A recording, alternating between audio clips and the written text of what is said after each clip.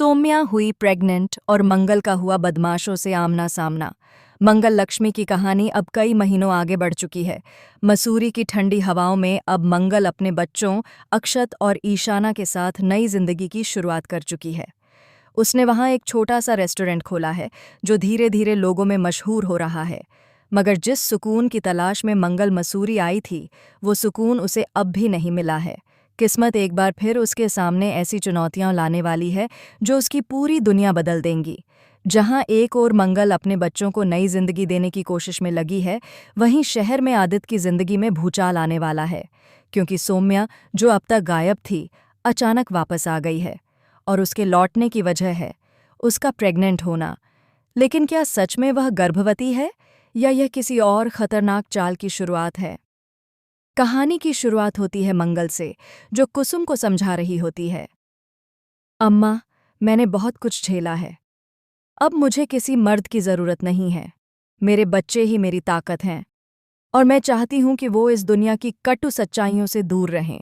कुसुम गुस्से में बोलती है। मंगल, तुम अपने बच्चों को हमसे छीनना चाहती हो? हमारे पोते पोती हमारी जान हैं। लेकिन मंगल शांत होकर कहती है, अम्मा, मैं किसी को अलग नहीं कर रही, बस उन्हें एक नई शुरुआत देना चाहती हूँ। उसी वक्त घर में आता है आदित्य, जो ताने मारता है। वाह मंगल, तुमने एक कंपनी क्या बना ली? खुद को महारानी समझने लगी हो। मसूरी में जाकर क्या करोगी? वहां कोई तुम्हें जानता तक नहीं। मंगल चुप रहती है, लेकिन अक्षत आगे बढ़कर अपनी माँ का हाथ थाम लेता है। यह देखकर आदित्य आग बबूला हो जाता है। वाह, तुमने तो बेटे को भी अपने खिलाफ भड़का दिया। मंगल डरी नहीं।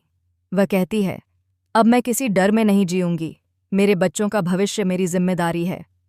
आदित्य व्यंग्य से कहता है, तुमने पहले पिता को बच्चों से अलग किया, अब दादा दादी से, और अब शायद भाई बहन को भी अलग कर दोगी। तभी ईशाना कमरे से बाहर आती है और साफ कहती है, पापा, मैं मम्मा के साथ ही रहूंगी। पिछली बार गलती की थी, अब नहीं करूंगी। यह सुनकर आदित्य का चेहरा पीला पड़ जाता है। मंगल अपने बच्चों को गले लगाती है, कुसुम के पैर छूकर आशीर्वाद मांगती है, लेकिन कुसुम पीछे हट जाती है। सुदेश जी की आंखों में आंसू हैं, मगर वो कुछ नहीं कहते। मंगल सब समझ जाती है और घर की चौखट छोड़कर निकल जाती है, हमेशा के लिए। दूसरी ओर, जैसे ही मंगल निकलती है, आदित्य का फोन लगातार बजता है। स्क्रीन पर नाम चमकता है, सौम्या। आदित्य कॉल इग्नोर करता है, लेकिन आखिरकार उठाता है। दूसरी ओर से आती आवाज कहती है, आदित्य, मुझे तुमसे एक बहुत जरूरी बात करनी है। मैं प्रेग्नेंट हूं। आदित्य के हाथ से फोन लगभग गिर जाता है। वह सोच में पड़ जाता है, क्या यह सच है या सौम्या का कोई नया खेल? कई दिन गुजरते हैं। मसूरी में मंगल का रेस्टोरेंट धीरे धीरे चलने लगता है। लेकिन एक दिन कुछ गुंडे वहां आते हैं। वे खाना खाने के बहाने झगड़ा करते हैं और तोड़ फोड़ शुरू कर देते हैं। मंगल डरती नहीं, बल्कि हिम्मत से उनका सामना करती है। वह डंडा उठाकर उन्हें खदेड़ देती है। लेकिन उन गुंडों के जाते ही एक बात कहकर जाते हैं, मंगल, अब जो आने वाला है उसके लिए तैयार रहना। जिस औरत को तुमने छोड़ा था, अब वही तेरे लिए तूफान बनकर लौटेगी। मंगल के चेहरे पर हैरानी और डर दोनों हैं। उधर आदित्य की जिंदगी में सौम्या ने फिर से पैर जमा लिए हैं। वह अपने प्रेगनेंसी का फायदा उठाकर पूरे घर पर अपना कब्जा करने की कोशिश कर रही है। कुसुम भी अब उसके साथ है, क्योंकि उसे लगता है कि घर की इज्जत सौम्या की वजह से ही बचेगी। मगर सच्चाई कुछ और ही है। धीरे धीरे कहानी एक और झटकेदार मोड़ लेती है। सौम्या का मेडिकल रिपोर्ट सामने आता है और पता चलता है कि वह झूठ बोल रही है। वो प्रेग्नेंट नहीं है। यह सब उसने सिर्फ आदित्य को फंसाने और मंगल की जिंदगी बर्बाद करने के लिए किया है। लेकिन बात यहीं खत्म नहीं होती। सबसे बड़ा झटका तो तब लगता है जब खुलासा होता है कि मंगल के मसूरी वाले रेस्टोरेंट में तोड़ फोड़ करने वाले वही गुंडे सौम्या के भेजे हुए थे। मंगल को ये सब पता चलता है जब एक दिन वह अपने ढाबे के बाहर पड़े हुए मोबाइल में सौम्या की रिकॉर्डिंग सुनती है, जिसमें वह कह रही होती है, मंगल को मसूरी से भगाना होगा, तभी आदित्य मेरे पास वापस आएगा। मंगल के हाथ कांपने लगते हैं, लेकिन इस बार वह टूटती नहीं। वह निश्चय करती है कि वह न केवल अपने बच्चों की रक्षा करेगी, बल्कि इस बार अपने सम्मान की लड़ाई भी खुद लड़ेगी। अगले दिन मंगल पुलिस स्टेशन पहुंचती है, रिपोर्ट दर्ज करवाती है और कपिल भटनागर को फोन करती है।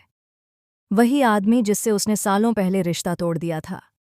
कपिल कहता है, मंगल, अगर तुम्हें मेरी ज़रूरत है तो मैं हमेशा साथ हूँ। लेकिन मंगल कहती है, नहीं कपिल, इस बार मुझे किसी मर्द की ज़रूरत नहीं।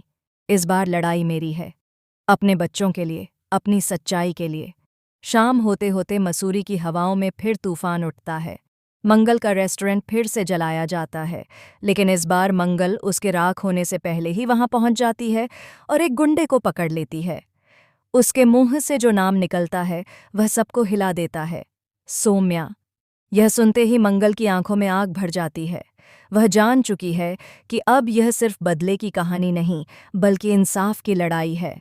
अब देखना होगा कि क्या मंगल इस आग से निकलकर फिर से अपने बच्चों का भविष्य सुरक्षित रख पाएगी, या सौम्या की चालें उसे एक बार फिर उसी अंधेरे में धकेल देंगी जिससे निकलने में उसे सालों लग गए थे। इस एपिसोड का अंत वहीं होता है जहां से एक नई शुरुआत होती है। मंगल की आंखों में आंसू नहीं, बस ज्वाला है, और इस बार वह पीछे नहीं हटेगी।